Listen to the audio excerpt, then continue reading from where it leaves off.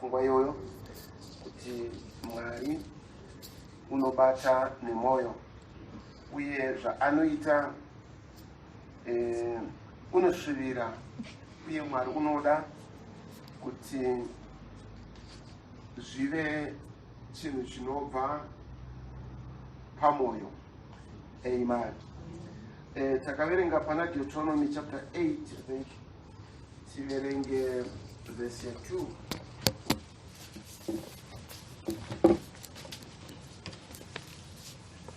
Book ya Deuteronomy chapter 8. Tirave kubva verse 2. Deuteronomy verse 2.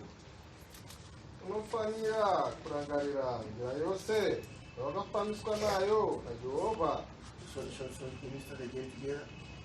Unofanira kurangarira njira yose wakafambiswa nayo naJehovha Mwari wako murenje makore awa 40 kuti akuninipise nokukuidza kuti azive zvaiva mumwoyo mako kana wakanga uchida kuchengeta mirayiro yake kana kwete. Akakuninipisa akakuzivisa nenzara akakugutsa nemana yawakanga usingazivi, kunyange madzibaba ako akanga asingaziviwo, kuti akuzivise kuti munhu haararami nezvekudya zvoga, asi kuti munhu unorarama nezvose zvinobuda mumuromo waJehovha. Amen. Ishara pafadziswa kwavo tigarire pasi. Na takaona chitatu kuti Mwari pane zvaakaita neIsrael, as much as zvaigunzvana neupenyu hwavo nekuita kwezuva rimwe nerimwe, asi pane izvozvo Mwari zvaakapfuudza vaIsraeri nomazviri. Mwari pano zvinonzi waida kuti aone, kuti azive, kwete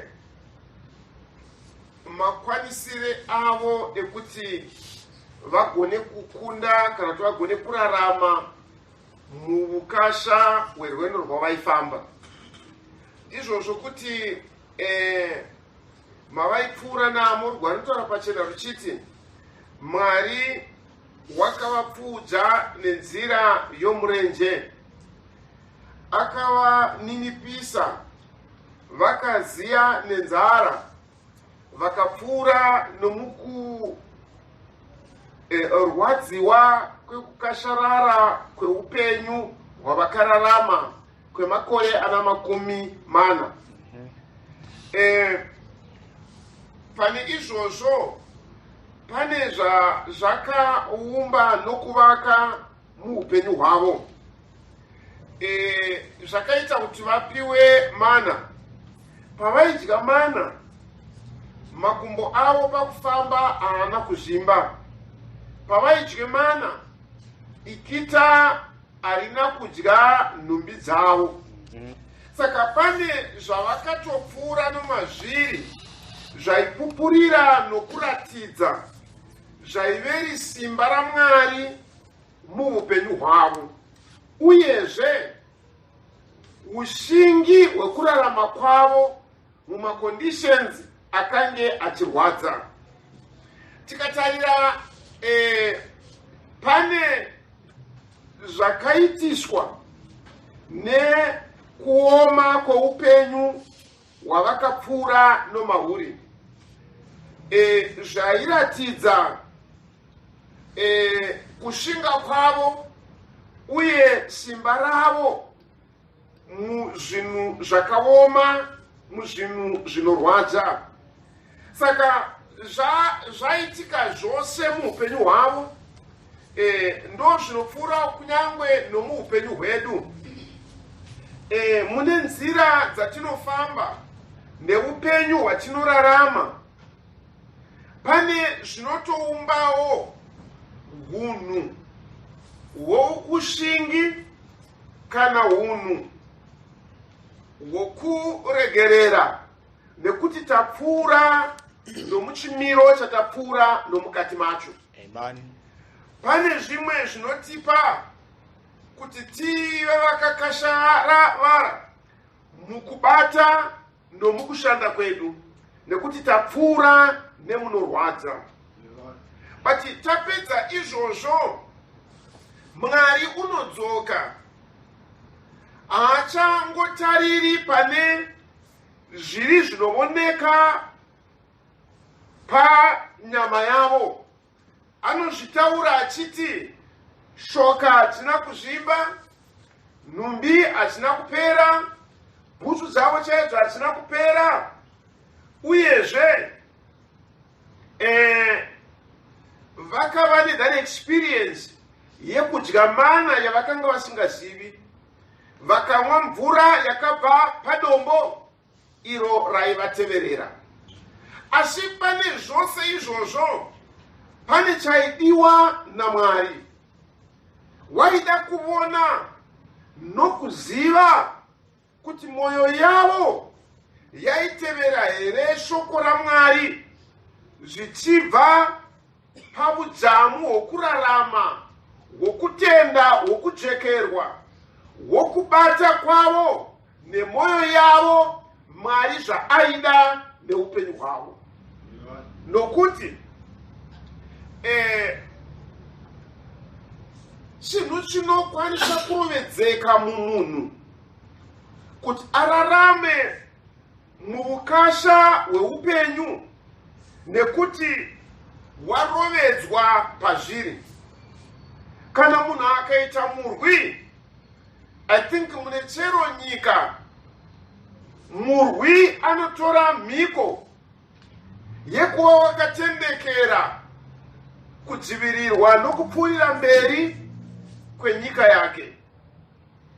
Hazvinei pakuguma kwezuva, vabati vake kana vakuru vake vakamuvhiringidza paupenyu hwake, hazvibve maari kuti wakatora mhiko yekuti uchamiririra nyika yake. Atengese nyika yake nokuda kwokuti zvamuipira. Chinhu chakarovedzeka muna vose vari vabati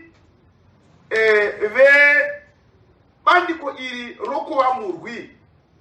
Saka pane zvinoumbika muupenyu hwomunhu nokuda kwenzira yapfuura nomairi, but zvisina chekuita nemwoyo wake. Saka Mwari wanga asingatariri kuvaIsraeri kuti vashinga zvakadii, chii chaitika pakurarama kwavo munzira yakakashavara iyi, asi waida kundoona zvaiva mwoyo yavo. Pane izvozvo Mwari zvaaivapfuudza nomazviri. Maybe zvingajeka kwatiri namashoko anotaurwa naPaul kuvaKorinde achiti, kunyangwe ndikapa nhumbi dzangu kuvarombo, kunyangwe ndikapa zviri pfuma yangu kuvarombo, kunyangwe ndikatopa muviri wangu kuti upiswe, handibatsirwe chinhu kana izvozvo zvose zvichiitwa zvisingabvi parudo. Now, ndiani ungapa munhu chinhu pamaonekere? Zvinoratidza kuti kana munhu akapa munhu chinhu chiitiko kuti ibasa rerudo. Asi izvo zvinotijekesera kuti marurambire aripo ekuti zvinhu zvinogona kuitwa mukunaka kwazvo, asi zvisingabvi pane chiri chinoshuvirwa neshoko raMwari kuti zvibve.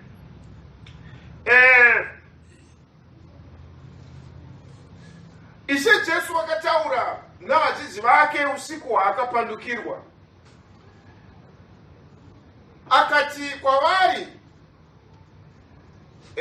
ndida kukusiyirai murayiro mutsva. Murayiro iwoyo ndewekuti mudane.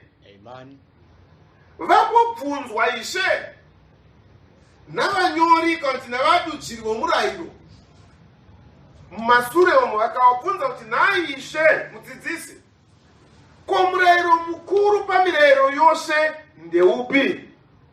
She vakati murayiro mukuru, inzwa iwe Israel, Jehovha Mwari wako ndi Mwari mumwe chete. Amen. Ida Mwari iyeyo nemoyo wako wose, nesimba rako rose, nomweya wako wose. Akapindura mubvunzo waakanga abvunzwa, asi haana kurega kupfuurira mberi achiti murayiro wechipiri unotevera uyu ndewekuti ida hama yako sezvo unozvida iwe. Amen. Now, Exodus 20 ndo patinoona murayiro iwoyo wokuti ida hama yako. Is that right? Nokuti unomuda murayiro woti usamurevera nhema, usareverawo kwako nhema. Ndizvodi usachiva mukadzi wowo kwako, usauraya, usaba. Hani ndizvo. Saka mirayiro yose inotaura nomunhu inotaura kuti usamuitira zvakaipa izvi nekuti unofanira kunge uchimuda. But Jesu otaurazve pane chapter 13 yaJohn woti ndaakukupai murayiro mutsva wokuti mudanane. But Exodus 20 akatiudza kudhara pamurayiro waMozisi kuti ida hama yako.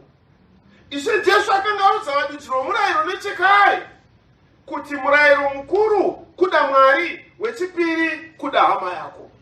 Saka sei akazoti murayiro uyu wava mutsva?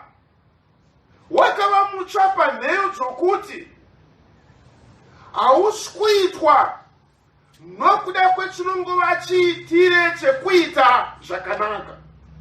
Saka Paul achiti kunyangwe ndikaita zvakanaka kana ndisino rudo ndakafanana nedare rinongoti ngwerengwere. Saka pane chiri mudzamu unodarika kungoite chinhu. Ama vaIsrael vakararama those 40 years vari mukutambura kukasharara kwenzira yavaifamba. Ama maybe ndikada kustaridza ini handina makore akadaro ndiri kunamata, but vamwe vedu vakatozvirega zvokunamata, vakatozviona kunetsa kwazvo, vakaona kurema kweshoko iri. Yet vaIsrael vakapfuura 40 years. But pane chaidiwa naMwari munguva yavakararama iyoyo. Amen. Rugwaro pano runoti ndarida kuti ndizive kuti unochengeta shoko rangu, unochengeta murayiro yangu nomoyo wako here, kana kuti unongozviitawo nokuti zvangorehwawo. Kureva kuti pane kushumirwa kwaMwari, pane kunamatwa kwaMwari kusingangobva pakubonderana nezvinhu, kusingangobva pakungotiwo zvinhu zvakanaka zvaitwa, asi kunobva pazvokwadi yemoyo.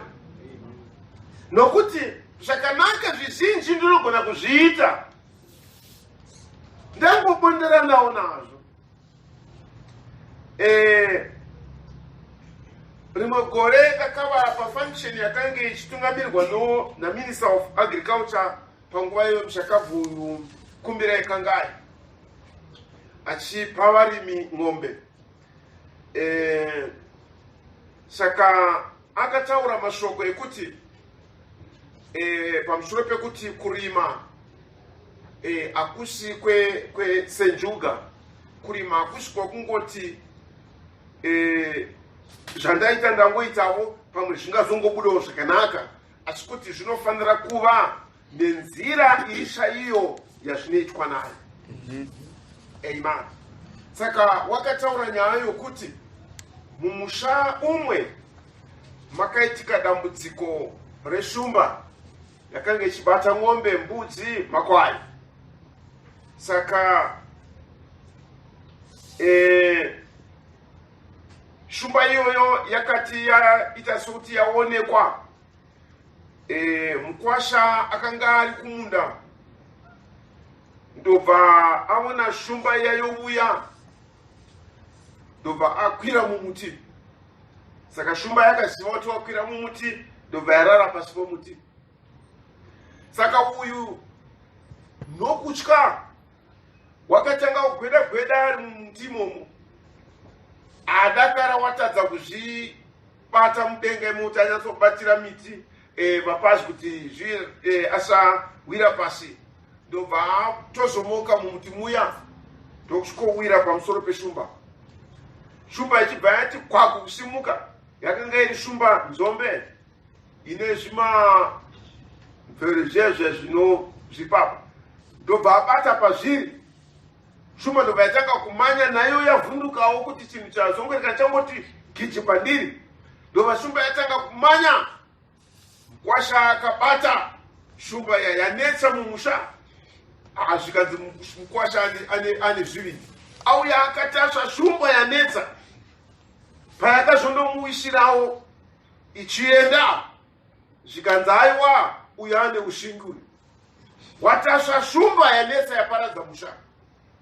Asi chakaitika paya ndechekuti akatowa nokutya, akadonha nokutadza kushinga, akabata muti muya. Asi chiitiko chakaitika chekuti chakamupa mbiri kuti mukwasha uyu wakaoma, mukwasha wokwangana, aiwa paya pane mhari.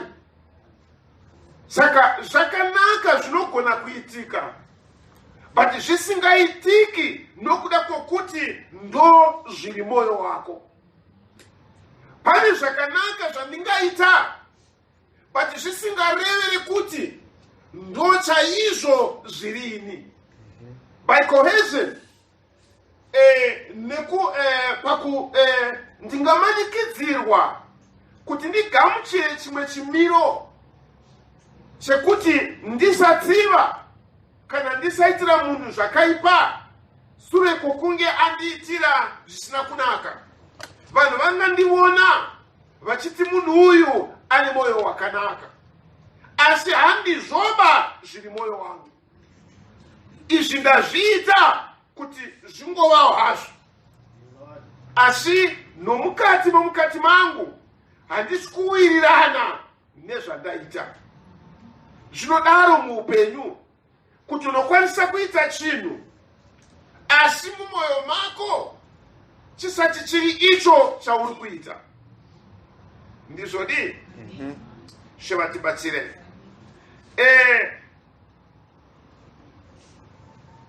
Ndingapa munhu zvinhu, ndingatodandira munhu kukudya, akatodya akaguta akaenda achitenda kuti mandipa chokudya, asi ndisina kumupa nokuti ndinoda kuti ndimupe. Saka Mwari pane zvaanotarira kwatiri nokuda kweukoshi hwezviri isu kuna Mwari. Mwari haatariri kuti aone kubva kwatiri chinhu chinongoitwa nekuti changoitwa. Saka ari kuti pano ndaida kuziva kuti unochengeta here mirayiro yangu nomoyo wako. Dai outrightly vanhu ivavo vange vasingatodi kunzwa nenyaya yomurayiro waMwari. Mwari aisambovaendesa murenje kuti aone kuti vanoda here kana kuti havadi, nokuti vakanga vatoramba nechekare kuti hatisi kuda. Mwari akati chengetai sabata rangu, ivo muswe sabata ndo vari kunotanga kunoita basa ravo. Kana Mwari akati unganai, musi wekuungana ndio paunenge vachienda kunoita mabasa avo, zvaisamunetsa kuti aone kuti zvinhu zvakambonyatsomira sei. Asi pane zvinhu zvaiitwa navanhu ava vachiungana pamberi paMwari,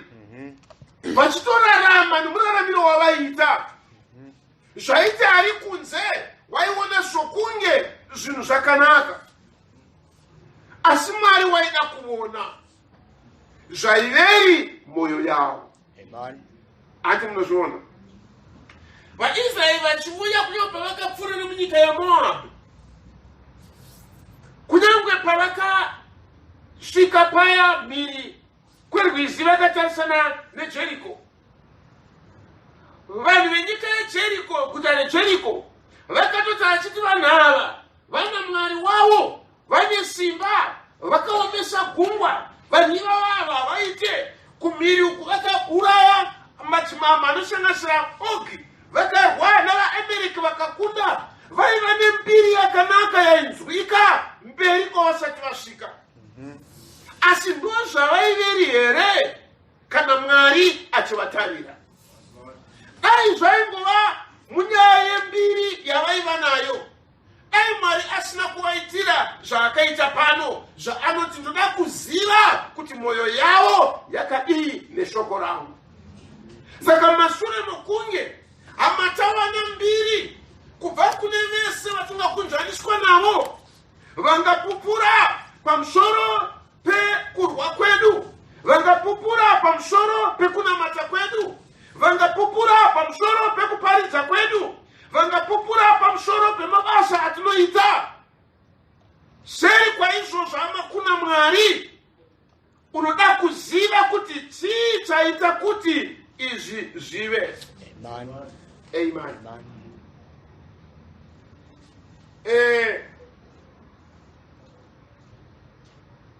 Bhaibheri rinoti hakuna munhu angati Jesu ndiye Kristu kana asingazviiti nomweya mutsvene. Kureva kuti zvinotora munhu wakazadzwa nomweya mutsvene kuti akwanise kutaura kuti Jesu ndiye Kristu. But ndiani asingatauri? Kunyangwe Pilato nezuva riya akavabvunza akati, saka ndichaiteiko naJesu uyu anonzi Kristu? Amen. Saka zvina maruramire ekuti ndinogona kutaura kuti Jesu ndiye Kristu, but ndirini ndinotaura? Ndochikonzero Jesu akabvunza nyangwe Pilato, amuti uri mambo iwe?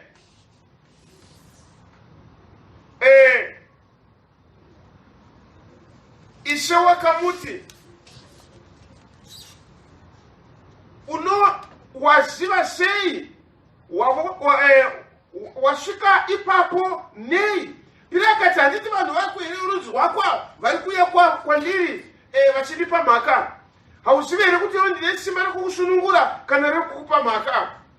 Akati, hakuna munhu une simba iroro kana asina kuripiwa naMwari.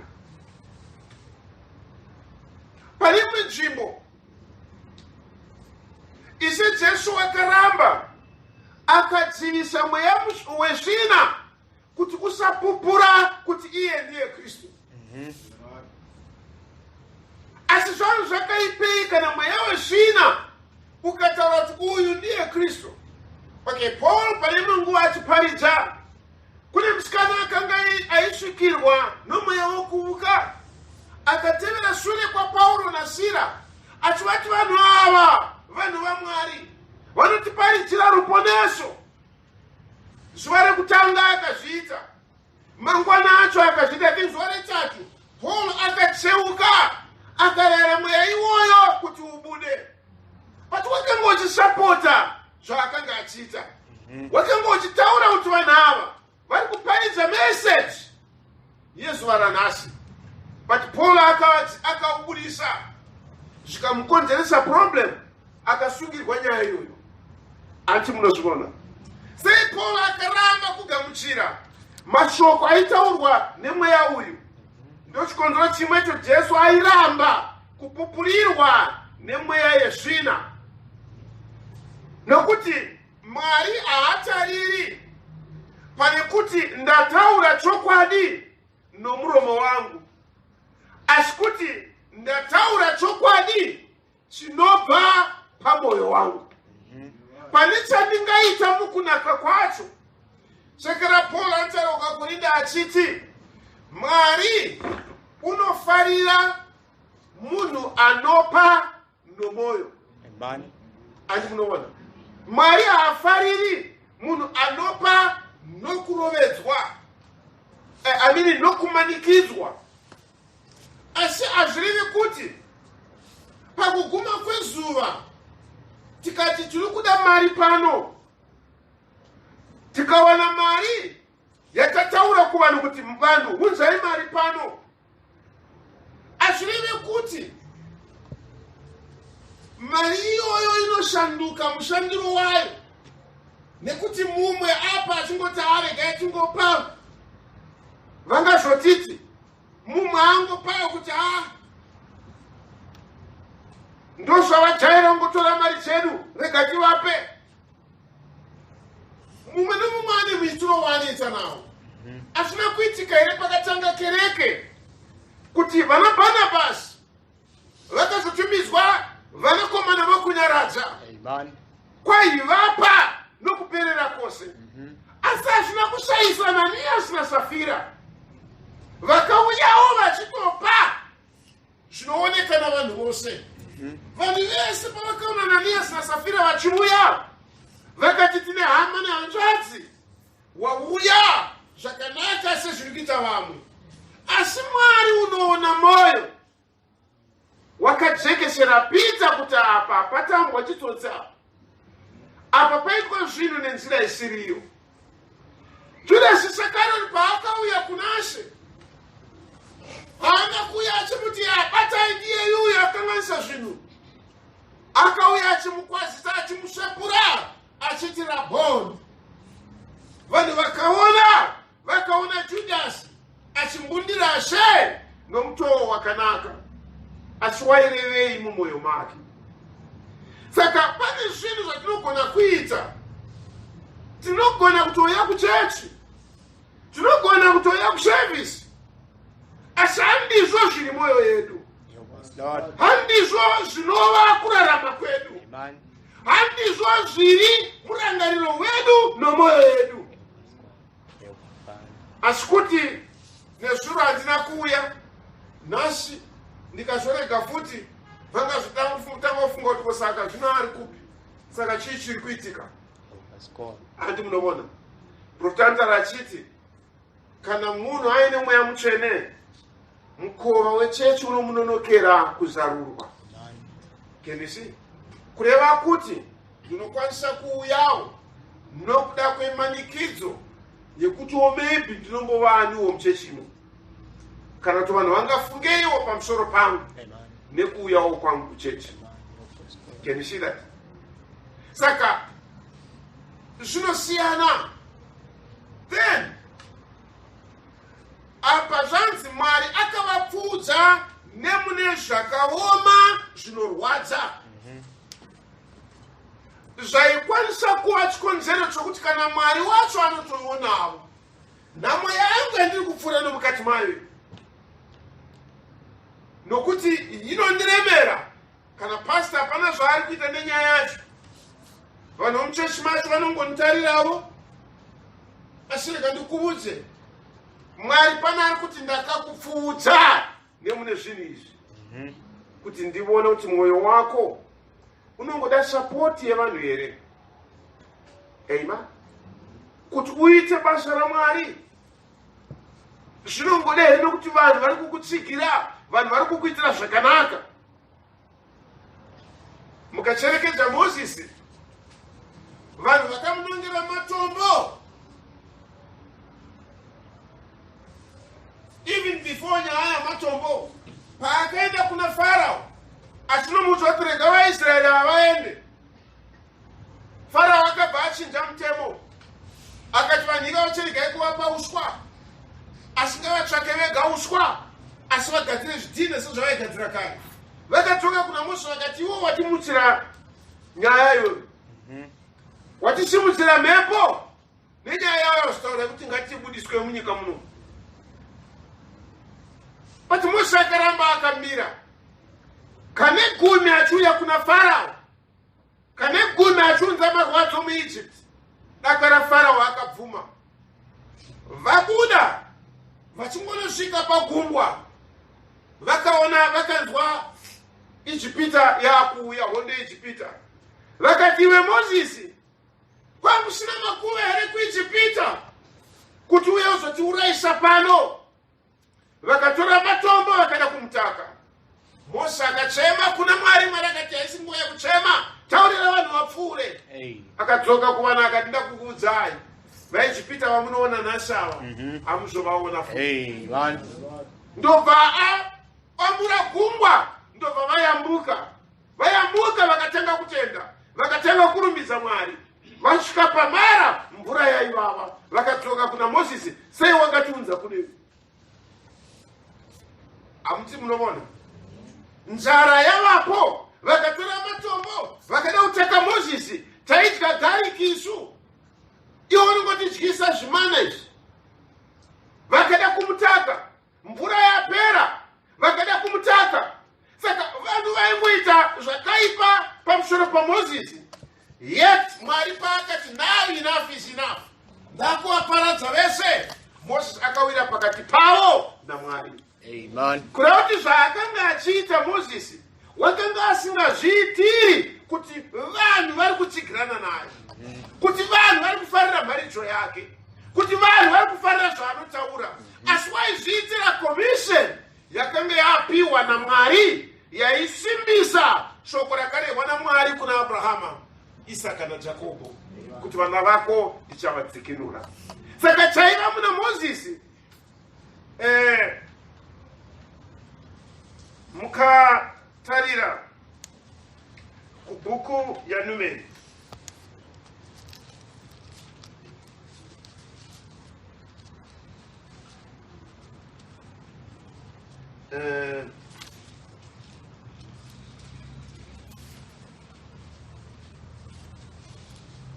atiiverenge bhuku yaNumeri,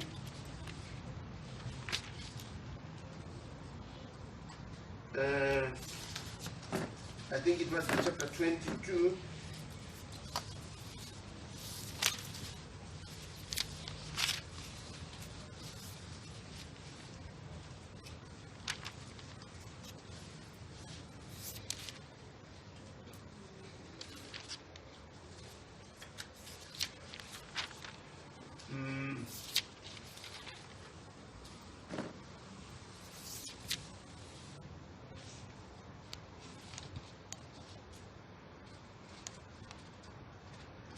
Let's go to chapter 22, yaNumeri.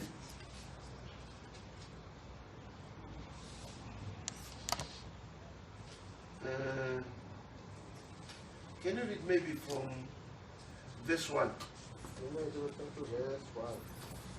Zvino vana vaIsraeri vakafamba vakandodzika matende avo pamapani eMoabhi mhiri kwaJorodhani paJeriko. Zvino Bharaki mwanakomana waZipori wakanga aona zvose zvakaitirwa vaAmori navaIsraeri. Moabhi akatya vanhu ava kwazvo, nokuti vakanga vari vazhinji. Moabhi akavhunduka nokuda kwavana vaIsraeri. Ipapo Moabhi akati kuvakuru vaMidhiani, zvino vanhu ava vazhinji vachananzva zvose zvakatipoteredza semombe inonanzva uswa hwesango. Bharaki mwanakomana waZipori ndiye akanga ari mambo waMoabhi nenguva iyoyo. Ipapo akatuma nhume kuna Bharami mwanakomana waBheori paPetori parwizi kunyika yavana vorudzi rwake kuzomudana, achiti, tarira, pano pana vanhu vakabva Ijipita. Tarira, vakafukidza nyika yose. Zvino voda kurwa neni. Naizvozvo douya hako zvino unditukire vanhu ava, nokuti vanondikurira nesimba. Amen. Now, Israel vachienda, ndivo vanhu ava vari kutakira Mozisi nyaya kuti sei watiunza nekuno. Imi munoziva kunyangwe Miriamu naAroni vakauya kuna Mozisi rimwe zuva, Mwari akaudza achiti, Mozisi uyu ndinotaura naye chiso nechiso, semunhu unotaura neshamwari yake. Rugwaro runoti panyika ino yose panga pasina munhu ane unyoro saMozisi. Andi munoona? Saka maitiro aita Moses, as much as vanhu vakatarira Israel, ndambori vandikati vaiona savanhu vanotyisa, savanhu vane simba, savanhu vana Mwari mukuru. Zviro kwazvo vaiva naMwari mukuru, asi unhu hwavo nomuitiro wavo hwakanga usingapupurirani nezvaionekwa navanhu pamusoro pavo. Can you see? Ndodambudziko randinokwanisa kuva naro. Makomenzi nekunaka kwandinopiwa navanhu, mashoko akanaka vanotaura pamusoro pangu, ova ndivo chipimiso chekurarama nekunamata kwangu. Ndorega kundodzamisa upenyu hwangu kuti koini ndinombovani. Ndochikonzero Davhidhi pane imwe nguva akaenda kuna Mwari akati, imi Jehovha nzverai mwoyo wangu, mashure mekunge anzwa zvaitaurwa navanhu pamusoro pake. Remember, David anga asiri munhu wenhando. David wakasarwa nomuprofita Samuel ari mudoko chose. David aiva navarwi vakanga vari sonoya vakaperera kwaari. Varume vaya vakapatsanura napakati pondi yavaFilistia excuse me, kuti vaende kunocherera Moses mvura yekunwa. Just imagine, vese vane zvigubhu zvavo zvemvura, yet Moses akati mvura yekunyange iripo, asi ndosvira mvura yetsime reBheterehema. Pakasimuka varume vatatu vakarwa nomukati mekonijeti yavaFilistia, vakandochera mvura vakadzoka nayo. Ndiye Moses uyu. Moses wakanga ari unoremekedzwa kunyange nevaimuteverera. Kudakara Uriya muHiti, Moses atora mudzimai wake paya Bathsheba, akandomushevedza kuhondo akati, regai ndimudhakise, regai ndimusvedze kuhondo, ndimuti enda kumba kwako. Uriya akaramba kuenda akati, handingaende kunde kunorara kumba kwangu. Masoja amambo wangu nemukuru wehondo yamambo wangu Joab vari musango vachirwa, indienda kunorara kumba handindi. Vakamutora vakamudhakisa, kunyange kudhakwa ikoko, he was still loyal kuna David, akati handiende. David akatsvaka plan yekuti amuuraise. Akapiwa tsamba yakanga ine death sentence yake. Ndiye akatakura tsamba yakanyorwa kuti andopa mukuru wehondo Joab. Tsamba yangu yakanyorwa kuti kana wapiwa tsamba iyi, kana maakurwa, enda Uriya umise pakaoma hondo, kana masvika ipapo momudzurira kumusira ari yega aurawe ipapo, tisati tichi tamuuraya.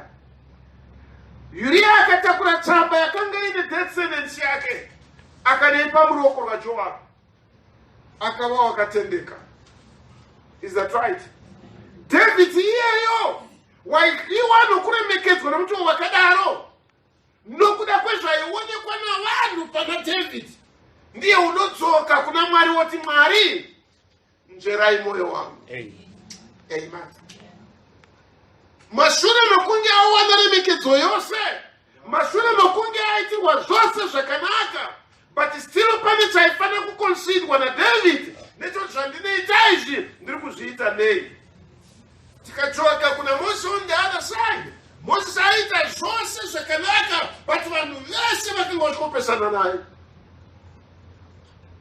Ari kutiitira zvakaipa, ada kuti uraise navaIjipita, ada kuti uraise nenzara, ada kuti aite zvino, but Moses zvanzi waiva nomwoyo unodarika vanhu vose vairarama panyika. Zvaiitwa naMozisi, Paul anotara achiti iye wakanga akatendeka muimba yake yose, nokuti waida dzikinuro yavaIsraeri. Zvaibva pamwoyo wake. Saka tinokwanisa kuita zvakanaka, but zvisingabvi pamwoyo, vanhu vakazviona kuti munhu waita chakanaka. Is that right? Havana kushevedza here Jesu kuimba yavo. mufariseo uya Simon haana kumdana here akati uya uzodya, but haana kumudanira kumuremekedza, akamudanira to ridicule amushowore. Jesu haana kuramba, akaenda agara ipapo. Mukadzi uya akugezesa tsoka dzake, vakanga vamushedza vakati taseka muone. Dai vamuprofita zvinosimbiswa nenyaya yekuti Jesu paakauya paimba ipapo, pamurayiro netsika yavo aifanira kuti agamuchirwe neamukoka pamukova, ombundirwa oshepurwa kunzi wauya takudaidza. Waifanira kuti apiwe mvura yekushambidza tsoka dzake, ndiyo yaiva tsika yavaIsraeri. Vanga vasingapfeke shangu dzakazara, vaipfeka masandals. Aikana uchifamba unoenda huruva patsoka. Saka unofanira kuti ushambidze tsoka dzako kana wakupinda mumba, but havana kumupa mvura iyoyo, asi vakanga vamushevedza. Ashidare iri muupenyu hwedu, tingamudana Kristu muupenyu hwedu, but hatimupe mvura yokushambidza tsoka dzake. Saka Mwari unotarira, unoda kuziva mashure mekunge watsungirira panhamo yawatsungirira, mashure mekunge waita zvose zvawaita, wazviita zvichibva parunziro ipi? Amen. Ndiani wakufemera? Amen. Ama Mwari unotsvaka chiri chokwadi pakuitwa kwechinhu. Haana kutorera vadzidzi vake for 3.5 years akafamba navo. Haana kuvapa here simba rekubudisa mweya yakaipa nekunamata vanorwara kuti vagopora. Haana kuvapa here komisheni kuti vaende kunoparidza vakaitawo saizvozvo. Haana kufamba navo here akavaratidza nzira yaakafamba nayo. Yeti paakanga akuenda akati handidi kuti muende kunoparidza, handidi kuti muende kunoita chinhu, garai muJerusarema kudakara mafukidzwa nesimba rinobva kumusoro. Amen. Kuparidza ndoziva kuti munokugona, nokuti makamboparidza. Kunamatira vanorwara ndoziva kuti munozvikwanisa, nokuti makambozviita. Asi musaenda kudakara mava nezvokwadi yechamunoparidza chacho mukati menyu, kuti kana maakunoparidza musava imi, asi kuti ive zvokwadi yechizoro chaMwari mukati menyu. Saka kunamata tinonamata, kuchechi tinoenda, asi zvinobva pai kuti tiende? Shiva tibatsire. Is it that moyo yedu ndozvairi here kuti yakapiwa kuna Mwari in such a way yekuti moyo wako nhasi nokubatanidzwa kwawakaitwa naMwari zvinotenderarwa newe naMwari nomoyo wako, kuti nhasi handoenda hangu chechi chamunoita mari yangu, nhasi handoenda hangu chechi handida kutombovata hangu, nhasi ndinoda kuenda kuchechi? Is that zvinobva pakubata kwemweya waMwari mumoyo mako? Nhasi handisuda zvangu zvokuimba, nhasi handisuda hangu zvokuita chinhu, nhasi ndoda kuimba, nhasi ndoda kushumira Mwari. Is that mweya waMwari kana kuti is that chizoro chomweya waMwari pamoyo wako nomoyo wangu, kana tishumira Mwari nomutowo wakadaro? Ndaida hangu kuti ndizive kuti unoita here zvounoita nomoyo, uyezve chinombotungamirira moyo wako chinombova chii? Dhavhidhi wakareva parimo nguva akati, ndakavanza shoko renyu mumwoyo mangu. Ndikita anongotora shoko raMwari akariisa mumwoyo make. It says ndakarivanza. Ndizvodii? Iwewe une zvinhu zvako zvaunazvo muna mako, handiti? Maybe iko zvino kutaura kwatiri kuita, mumba mako mune ndiro, mumba mako mune upfu, mumba mako mune shuga, mumba mako mune mari. I don't believe kuti zvinhu izvozvo unongozvichengeta nomuchengetero wakafanana. Upfu unoutora woisa musaga woisa pakona apo, unohutora woisa mubhaketi woisa pakona. Ndozvonoita here nemari, unongoitora woisa mubhaketi woisawo pakona. Mari yako unoichengeta. Is that right? Haungoichengeta koga, unoivanza. Saka David akuti shoko raMwari handisi kuriisa mumwoyo mangu samaisiro andingaita sadza roupfu. Handisi kuisa shoko raMwari mumwoyo mangu samaisiro andingaite tini reshuga, asi kuti ndinorivanza. Amen. Pasawana chinoribata, pasawana chinoribvisa, kuti kana ndarivanza mumwoyo mangu ndirege kutadzira Mwari. Amen. Amen. Saka Mwari vanobvunza, Mwari vanoita nezvavanotipfuudza nomukati mazvo kuti tiri vanhu vanonamata zvichisundaidzwa nei. Ishe vatibatsire. Chii chinombopa kuti ndiite zvandinoita? Chii chinombopa kuti ndiende kunonamata Mwari?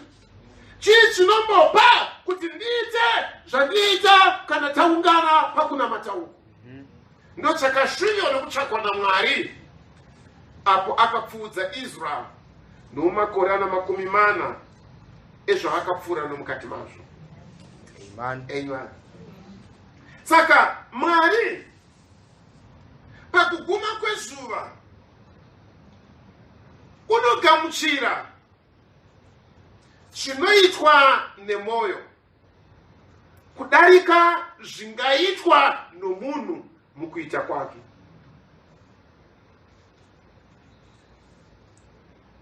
Amen.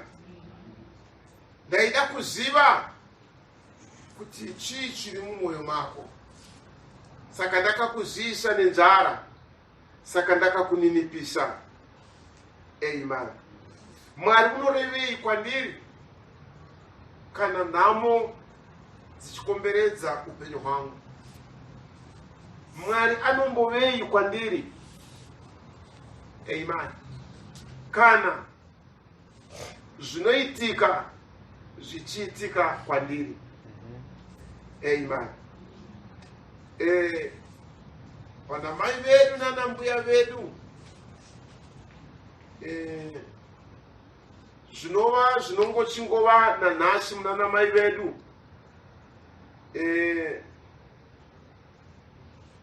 kune mitemo nemirayiro iri kusimuka pasi rino yavanoti domestic violence or gender violence or mhirizhonga mudzimba, yavari kuedza kukurudzira kuti pasava nemhirizhonga nekurohwa kwana mai. Asi regai ndikudze ndichiti vana mbuya vedu nana mai vedu vairohwa, varohwa havaisiya juti ravo rekuti vanopa sekuri vavo mvura yekugeza, vanovapa chokudya chavo nemutoo wakafanira. Havaizviitira nokuti sekuru ava vangoitawo zvakanaka koga, but there was something chaiva mavari chaivaudzwa kuti vaimbovani muchimiro chavakange vari. They respected that. Saka zvinhu zvakanaka zvoga zvavakaitirwa zvakaita kuti vaite zvakanaka, but there was that integrity. Maiva nechimiro that recognition chekugamuchira nokuziva kuti ndinombovani. Towisana zvakavapa ushingi nokuita zvavaiita. Mwari vakatidana kwavari kuti vanamate, tinopfuura nezvatinopfuura nomukati mazvo. You know, Davhida paakapfuura nomunyaya yokuti mwana uya waakabereka naBhatshebha wafa, Absalom, Amnon abhinya mwana wake musikana waDavid. Absalom auraya Amnon. Absalom unodzoka unomutorera Hushai anomudzinga muJerusarema. Absalom anotora vakadzi vaDavid 10 anovaita madzimai ake, iye ari mwana wacho. Shimei anotuka David achimukushira mavhu, achimutukirira, achichema paye panga achikwira gomo riya. Mashure mekunge zvose izvozvo zvaitwa kuna David wakadzoka kuna Mwari. Even pakafa mwana wake, David akadzoka kuna Mwari akanamata. Zvaitika izvozvo, David anodzoka achichema pamberi paMwari, ndakaberekwa mberi kwechakaipa, ndakaumbwa mucharurama, ndakauya ndichitaura nhema. Mwari, sikai mwoyo mutsva mandiri, ndichigirei nemweya unoda. David aitirwa zvose zvakaipa paupenyu hwake. Haana kureva mumwoyo make sezvakaitwawo zvekare naJob. Haana kuti Mwari wakaita noupenzi. Is that right? Mashure mekunge aitirwa zvakaoma, zvinotinakira kana Mwari vakatiitira zvakanaka. Amen. Zvinotinakira. It's easy kuenda kuchechi nokuti Mwari aita zvakanaka. Mwari andiropafadza nechichi, andiropafadza nechichi, andiitira chakanaka ichi. Ama izvo zvinotipa kuti tirumbidze Mwari. Nochikonzero 99% yematestimonies edu tinotaura pamusoro pekuti ndoda kutenda Mwari andiitira ichi, ndoda kutenda Mwari ndaropafadzwa, ndoda kutenda Mwari ndanga ndafasi Mwari andirwira, ndoda kutenda Mwari ndanga ndarwara Mwari andiporesa. Atiuye uzotenda Mwari, toda kutenda Mwari kuti darasa $45 nasi. Ansana mudarini kuda wakambozvita. Ndoda kutenda Mwari kuti ndarwara, ndoda kutenda Mwari kuti zvakadai zvandiitira zvakaipa. Saka zvatinoita zvinobva here mumwoyo? Kana uri moyo wangu unotenda Mwari kuti Mwari mandiitira zvakanaka, moyo wangu ungareva here zvekare kuna Mwari achiti Mwari maita noupenzi? Kuna David, kuna Job, haana kureva nomwoyo wake achiti Mwari maita noupenzi. Can you see? Akaenda akanamata Mwari, mashure mekunge apfuura nemaakapfuura namo.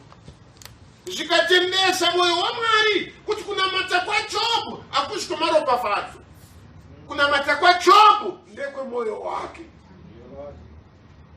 Saka Mwari unotarira moyo. Unoti kudii kuna Mwari kana zvinhu zvakuipira? Unoti kudii kuna Mwari kana upenyu hwasvika paunooma?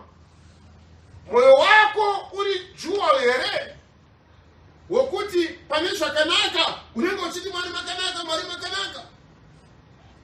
Kana zvinhu zvaoma haucharemekedzi kunamata ikoko. Kuenda kuservice hauchareva chinhu kwauri. Kunonamata hatisi chinhu chaunofanika, chinhu chinofanira kuitwa.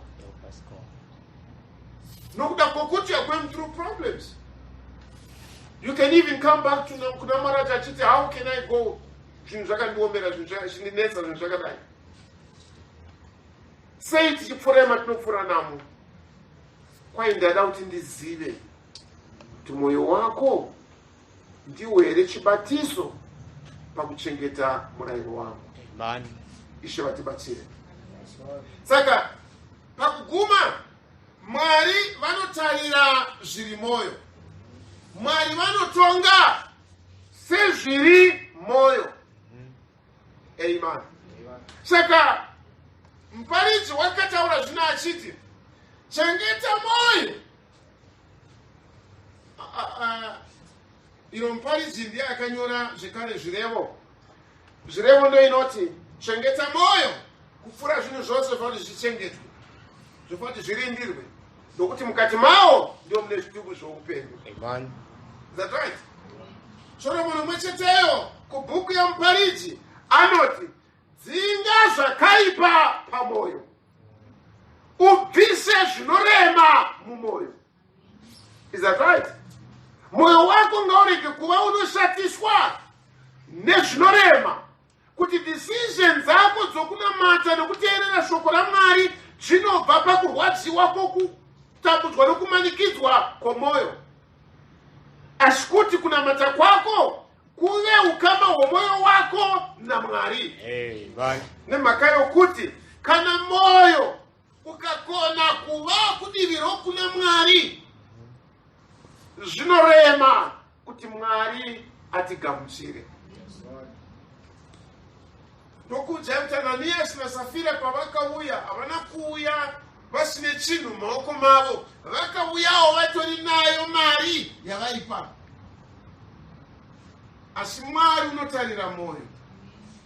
Akati wafungireiko kuti unyepere mweya mutsvene?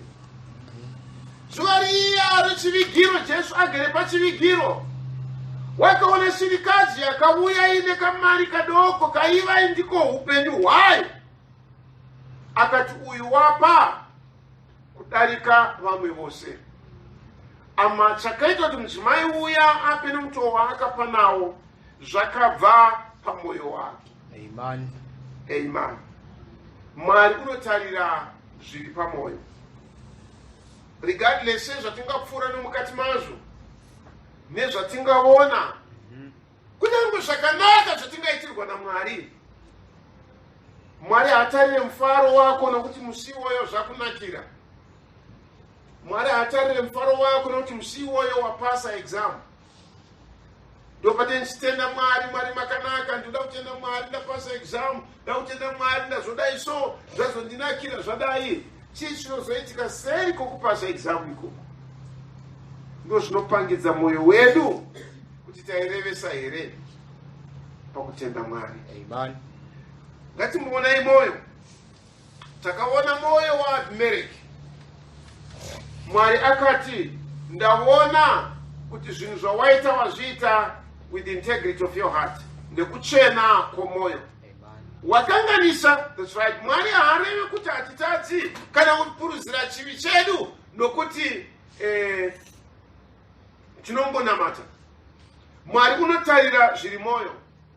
Pane chose chaungaita kana chose chaungaitira Mwari, Mwari hangotarira pachiitiko. Mwari unotarira zviri mwoyo. Mwari haatarire futi kuti chii chambokonzeresa kuti uite. You get it? Kana ukanitaura zviri izvo ukandigumburisa, ndokwanisa kutoitawo zvinhu zvakashata, ndoreva kuti ndaita izvi nokuti wandigumburisa.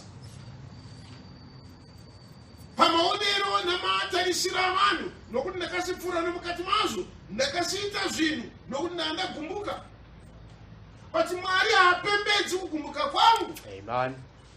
Mwari unotarira zviri mwoyo wangu. Why did I do it? Amen. Can you see? Chakisatiri chochoga chikonzero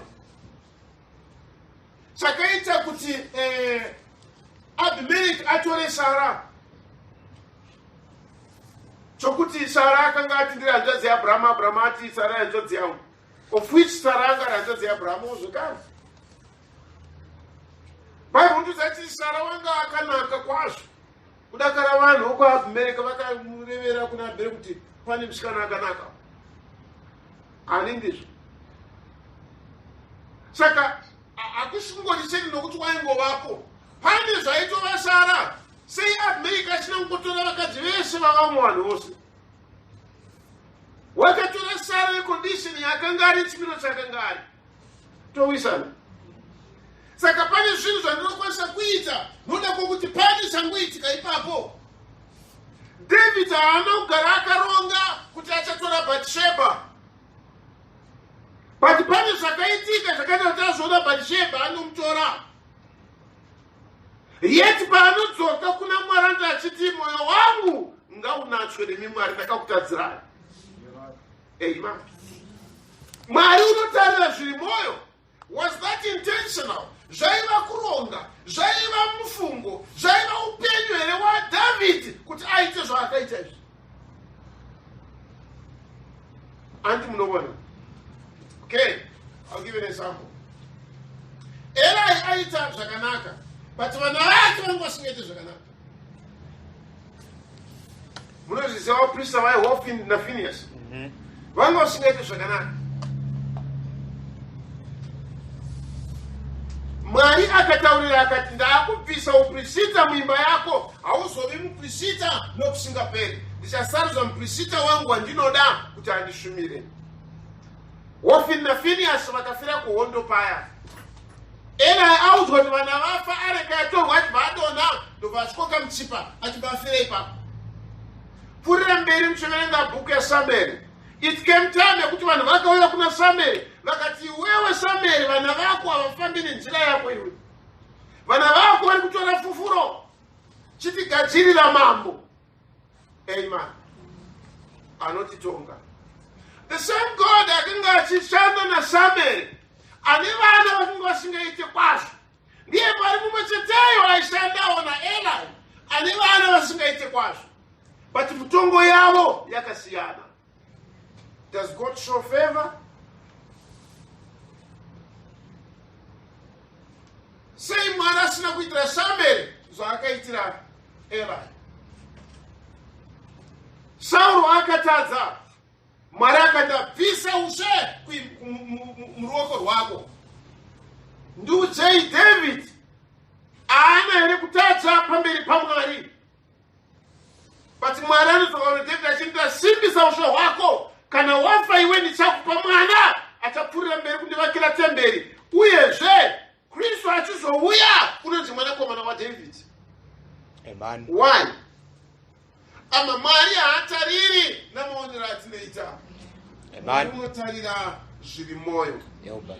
Shobatibatsire. Amen. Pane kutadza kwatinoita, pane kugona kwatinoita, pane kushumira kwatinoita, pane kurarama kwatinoita. Asi Mwari kana achitarira, haatariri nekuti zvangoitwa zvakanaka. Ishe atibatsire. Ndakatizwa panews kuti kune mumwe anga aine maanza ese epepa 2 yechirungu changa chinyorwa nemaOlive. Paisina kubatika kuti ndo nyaya iripo. Munhu waitora pepa iroro achimaka aizofara munhu iyeyo kuti uku ndo kutsvuna, uku ndo kugona. Mwana akanyorawo, but mwana yanga achinyora maanza ainawo kudhara. Saka hakusi kugona kwapapepa kune basa, asi kuti kugona kwepfungwa dzomunhu. Aikwanisa kuona distinction ipapo papepa iroro, but hazvireve kuti distinction iyi yabva mupfungwa dzake, yabva mucorruption yaaita yekuba pepa. Can you see?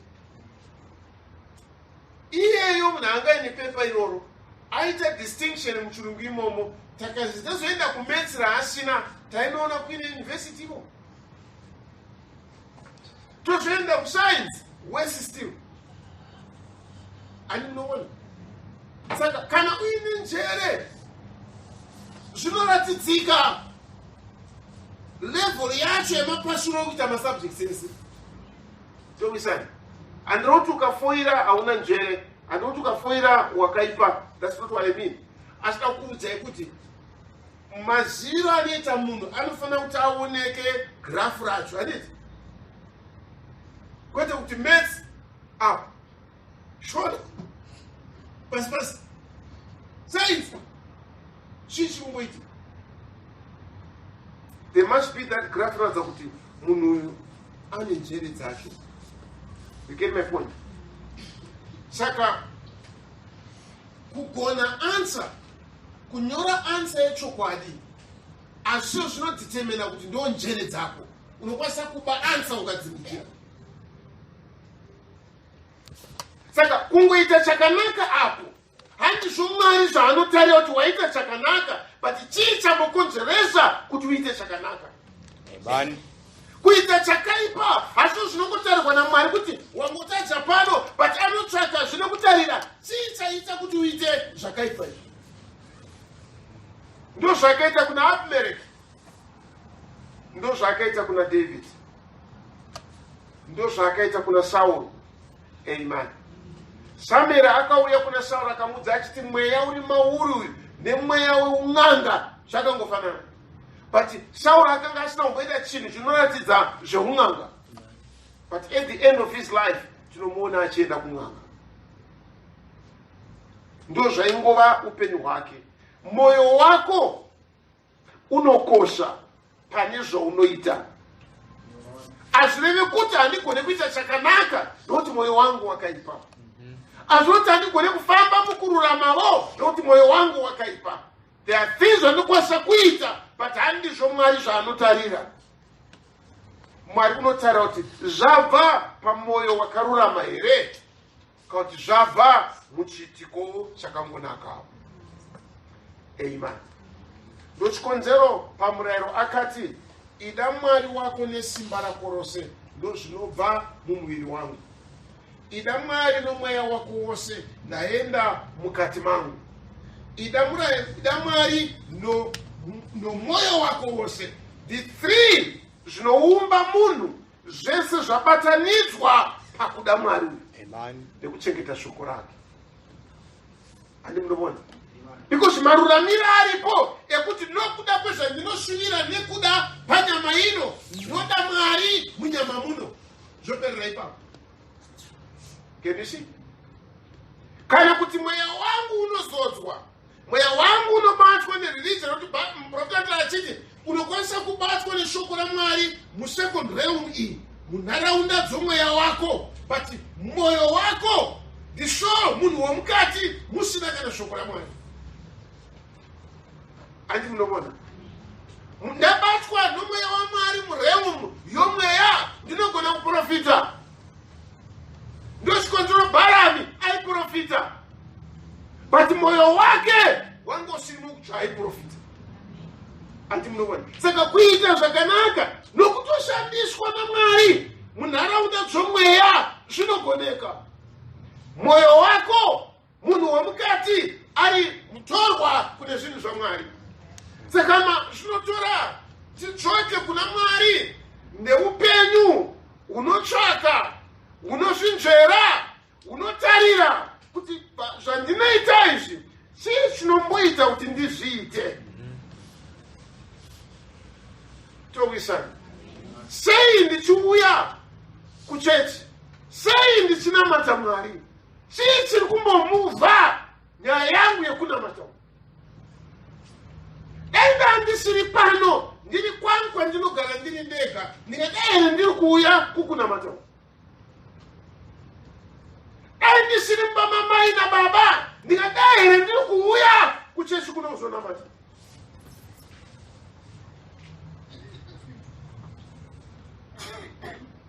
The things zvinotungamira kunamata kwedu.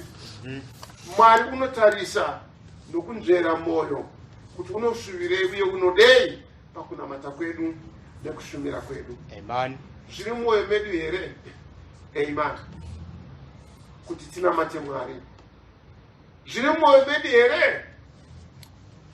Kuti Mwari ndishuvire kuda kumuziva nekutarira nokuverenga Bhaibheri rake. Zviri mwoyo mangu here? Kuti ndimudawo kuziva zvirudzamu hwaMwari kubudikidza neshoko rake. Kuti nyaya yekungotoka ndaenda kuchechi koko svika zvataurwa ndizvozvo tongodzokawo kumba. Kana ndikaendawo ndikanoparidza, ndikanomira paya, ndikaparidza, ndikadzokerawo kumba, ndoziva kuti ranhasi rachaya. Sei ndichiuya, sei ndichiparidza, sei ndichiita zvandinoita, Mwari havatarire the excellence. Saka Paul akati panakauya kwamuri hana kuuya nekunaka kwamashoko. Mwari haatarire kunaka kwamashoko. Mwari haatarire kuwanda kwamascripture andinotaura pano. Mwari haatarire pane matauriro andingaita. Hazvina basa ndikataura ndichiseka, ndichema, ndichiedzera, nditaurira pasi. Mwari unotsvaka zviri mwoyo seri kwezve zvandinoita. Anti munobona? Mwoyo wangu unoti kudii? pamusoro penyaya yezvandiri kuita. Ishe vatibatsire. Kana ukaita chinhu chisiri mwoyo wako chinokutambudza.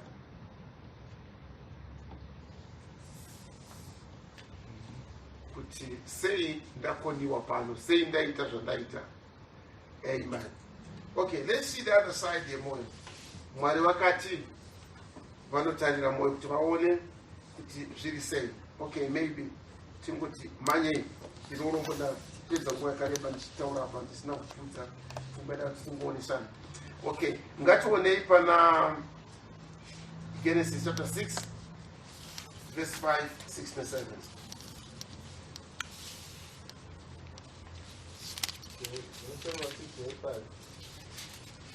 Zvino Jehovha wakaona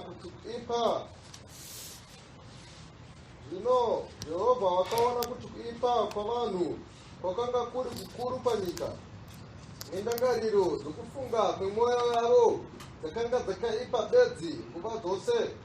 Jehovha akazvidemba pamusoro pokuita kwake vanhu panyika, akava neshungu pamwoyo pake.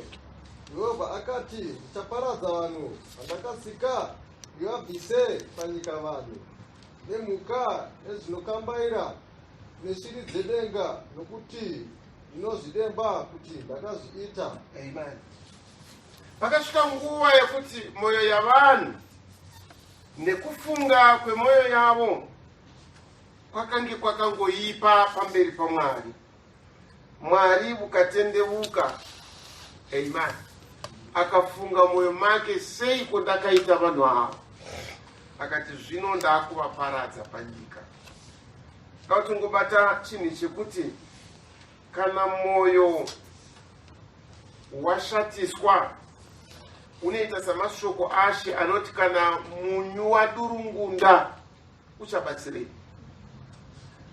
There is no way back. Hapana chinogona kurunga munyu kuti ugozorungawo usavi. Kana wadurungunda warashikirwa nesimba rokurunga kwawo hauchabatsira chinhu.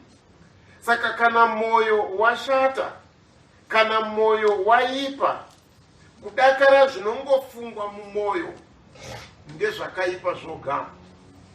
Kwai Mwari havachina chokuita nomwoyo iwoyo. Nokuti Jehovha vanonzvera mwoyo, vanoidza icho kuti vape mumwe nomumwe sezvaakabata.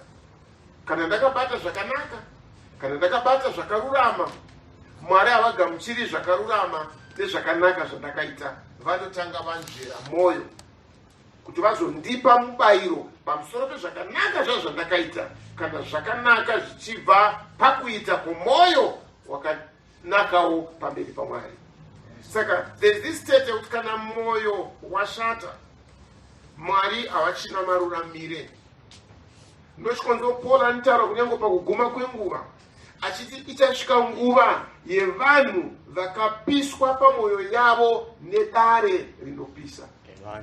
I don't care ndingakutsanangurira ndingakuudza nomutoo upi kuti shoko raMwari rinoti kana mwoyo wapiswa nedare rinopisa, there's no way yekuti ungadzoka kana kuuya kukuita chakarurama chinotaurwa neshoko raMwari.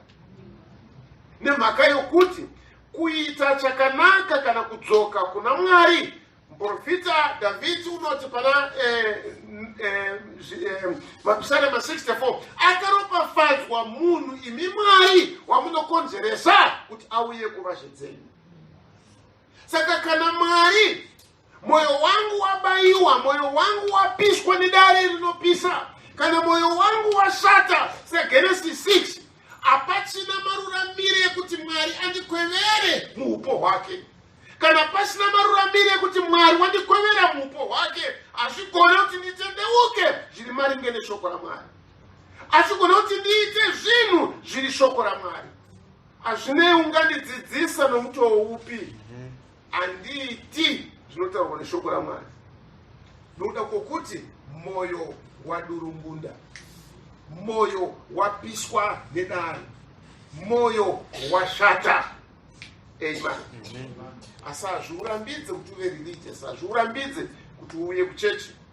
azviurambidze kuti uparidze, asi chekuita naMwari panenge pasisira, kana maruramire ekugamuchira kutaura kwaMwari kweshoko rake.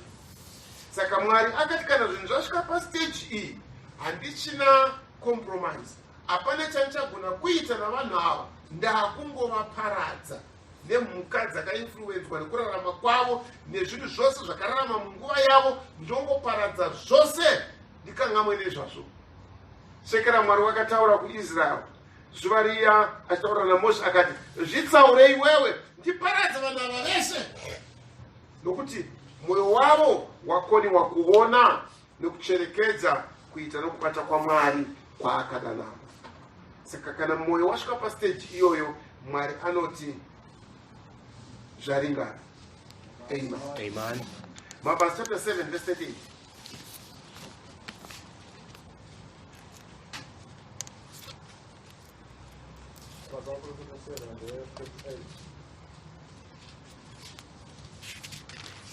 Yeye wakanga ari kuungano murenje, ano mutumwa wakataura naye mugomo reSinai, ana madzibaba eduvo vakagamuchira mashoko mapenyu kuzotipa. Ndiye wavakanga vasingadi kumuteerera, iyo madzibaba edu vakamuramba vakadzokera Ijipita nemwoyo yavo. Vakati kuna Aroni, tiitire vaMwari vakatitungamirira, nokuti kana ari Mozisi uyu wakatibuditsa munyika yeIjipita, hatizivi zvakaitika naye. Zvino vakaita mhuru namazuva iwayo, vakauya nechibayiro kuchifananidzo chavo, vakafarira mabasa amavoko avo. Amen. Verse 39 inotaura pachena ichiti, vakadzokera Ijipita mumwoyo mavo. Ndizvodi vachifamba vari murenje, tsoka dzavo dzakananga kunyika ichipikirwa, but mwoyo yavo yakanga yadzokera kuIjipita. Saka kana mwoyo wadero, Mwari haachine chekuita nawo. Ndizvodi kuti muone zvakaitika mwoyo yavo yadzokera Ijipita. Ande pana vaHebheru chapter 3 verse 8.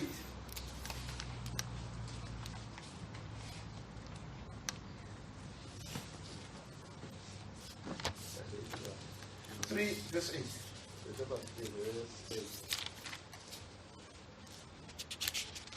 Musaomesa mwenyu panguva yokutsamwisa napazuva rokuidzwa murenje, pandakaidzwa namadzibaba enyu vachindinetsa, vakaona mabasa angu makore ana 40. Naizvozvo ndakanzwa shungu pamusoro porudzi urwu, ndikati, vanogara vachitsauka pamwoyo yavo, asi havana kuziva nzira dzangu. Naizvozvo ndakapika pakutsamwa kwangu, ndikati, havangapindi pazororo rangu. Amen. For 40 years, Deuteronomy inoti ndakakuidzai ndione kuti mumwoyo menyu zvamunoita here nekuda kwomwoyo yenyu.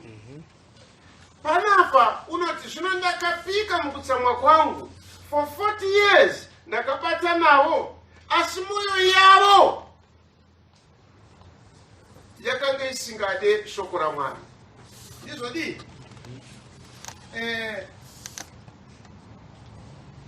verse 10, naizvozvo ndakatsamwira rudzi urwu ndikati, vanotadza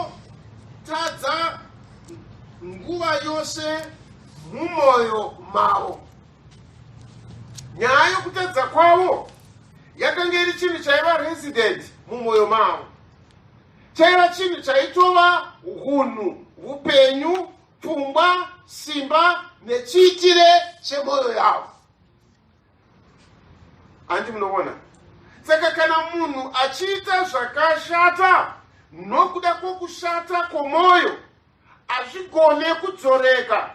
But munhu akaita zvisizvo nokuda nokuda kweutera hwouduku nokuda kweutera hwedambudziko raapfuurana mukati maro, asi mwoyo wake uchishuvira chakanaka, zvine musiyano. Israel vakatadza nemwoyo yavo ikadzokera ichipita. Ndozvakazovapa kuti vati kuna Aroni, tigadzirire vamwari vokunamata. Mwoyo yavo yakanga yadzokera ichipita. Vachidya mana vaidya nomudyiro nomufungiro weIjipita. Vachiona Mwari achiita basa pakati pavo, vaizviona nomuono weIjipita. Pakupedzisira vakatauda kugadzira Mwari akafanana newataiona kuIjipita. Nokuti mwoyo yavo yakanga yadzokera shure. Shiva tibatsire. Verse 12.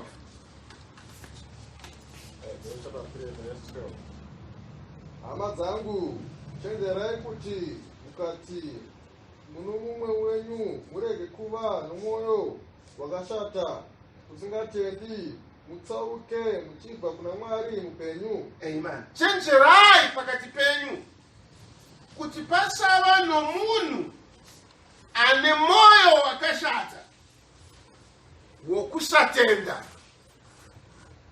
mugobva kuna Mwari unorarama. Saka dambudziko riri pauipi kana kushata kwomoyo, nokuti kana zvadero Mwari hachina maruramire ekudzora munhu kuti auye kukururama. Amen. Hebrews chapter 12.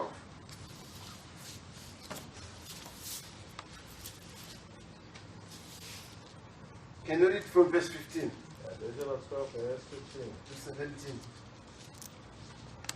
Chenjere kuti kurege kuva nomunhu nodzokera shure panyasha dzaMwari, kuti mudzi wokuvava urege kumuka ukutambudzei vazhinji vagosvibiswa nawo. Thank you. Ngaparege kuva nomunhu unodzokera shure panyasha dzaMwari. Ndizvodi nyasha dzaMwari dzakaredzwa kupi?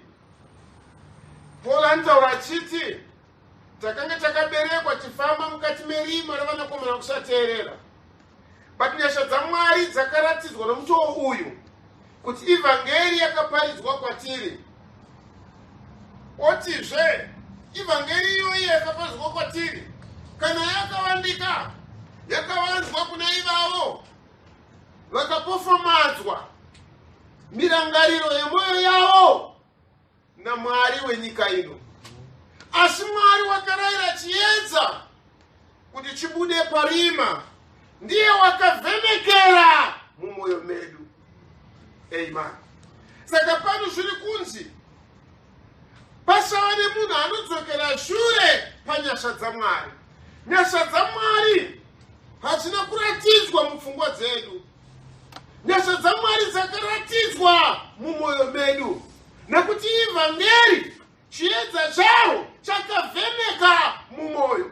Chavheneka mumwoyo ndo patakatendeuka pane zvataibata nokuda kwekusanganiswa kwedu nefellowship yataiva nayo nevana vokusateerera.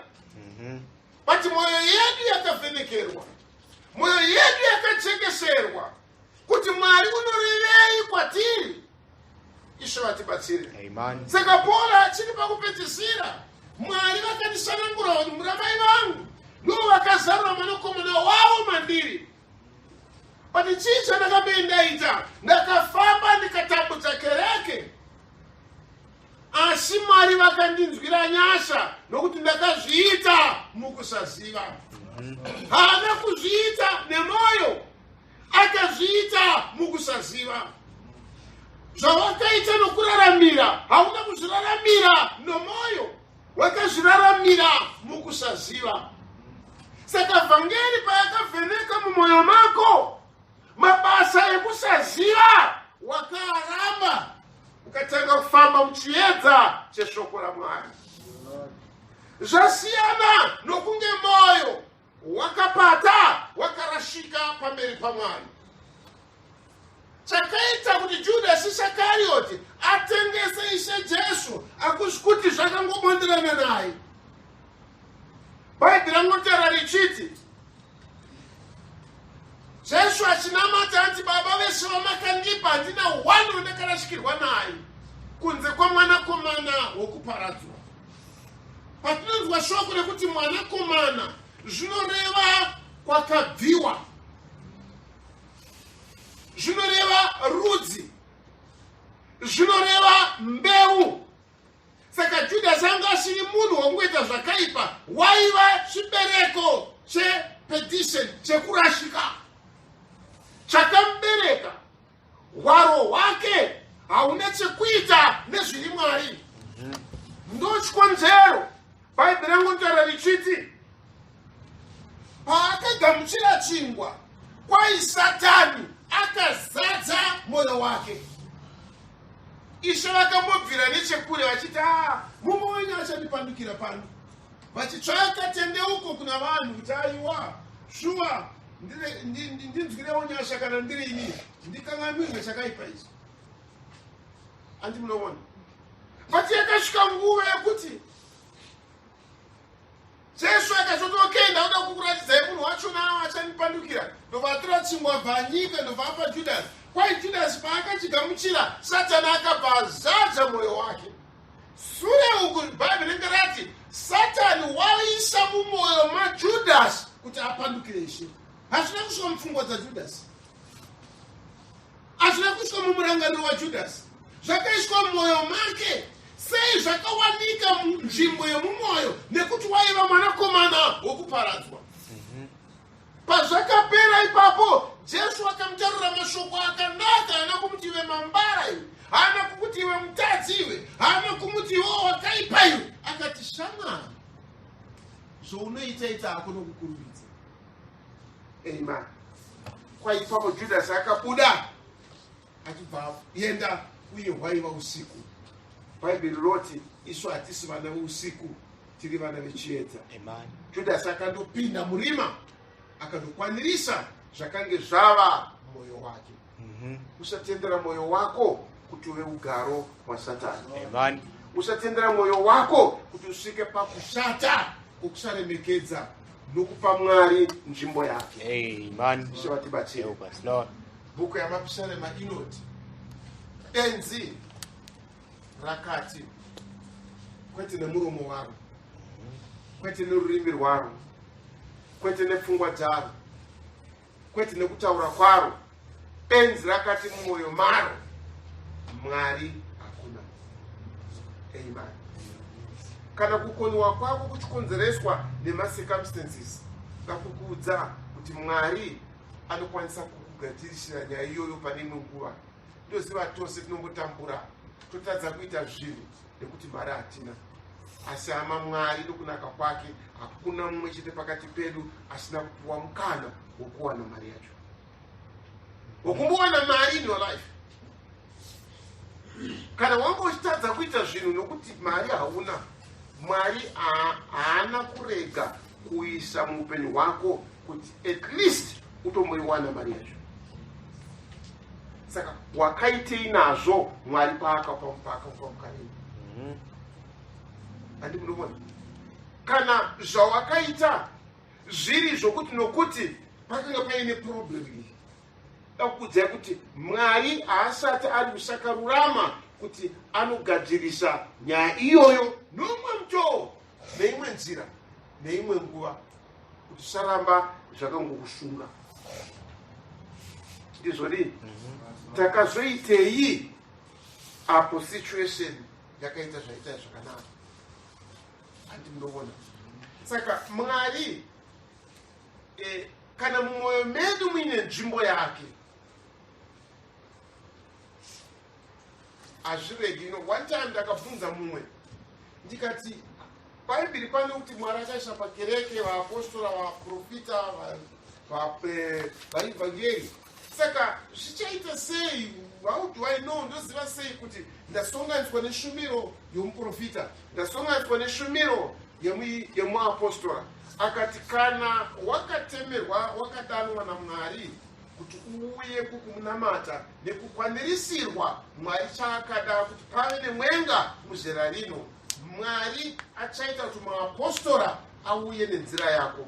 Amen. Somehow. Amen. Achaita chinoita kuti mweya wako ukwaniriswe chiuye nenzira yako.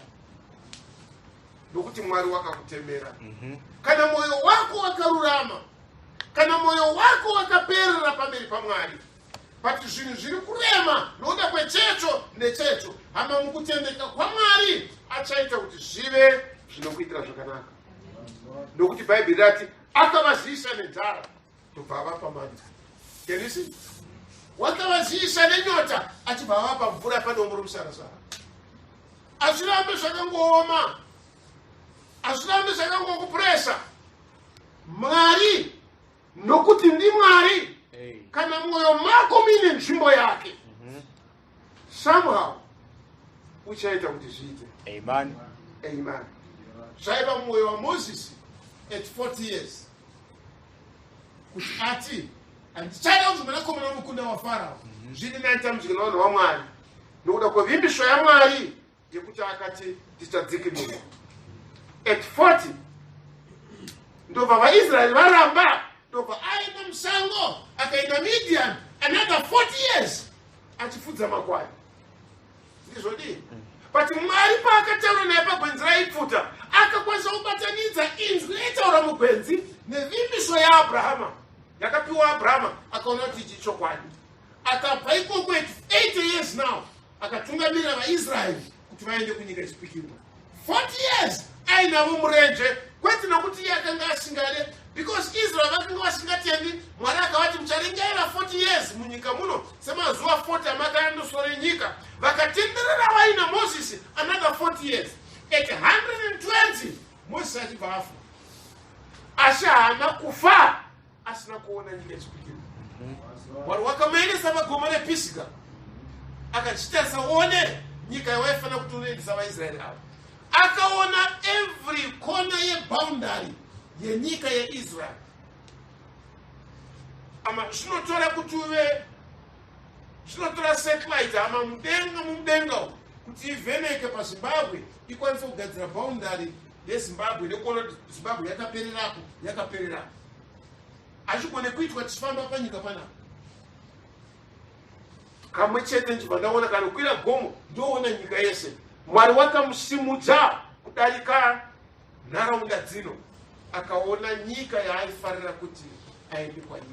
Ama chinodiwa nomwoyo wako Mwari unokupa. Amen. Amen. Asi kana mwoyo wako wakashata, kana mwoyo wako usina nzvimbo yaMwari mauri, zvinorema kuti upfuurire mberi neshoko raMwari. Mwari vatibatsira. Ngasimuke.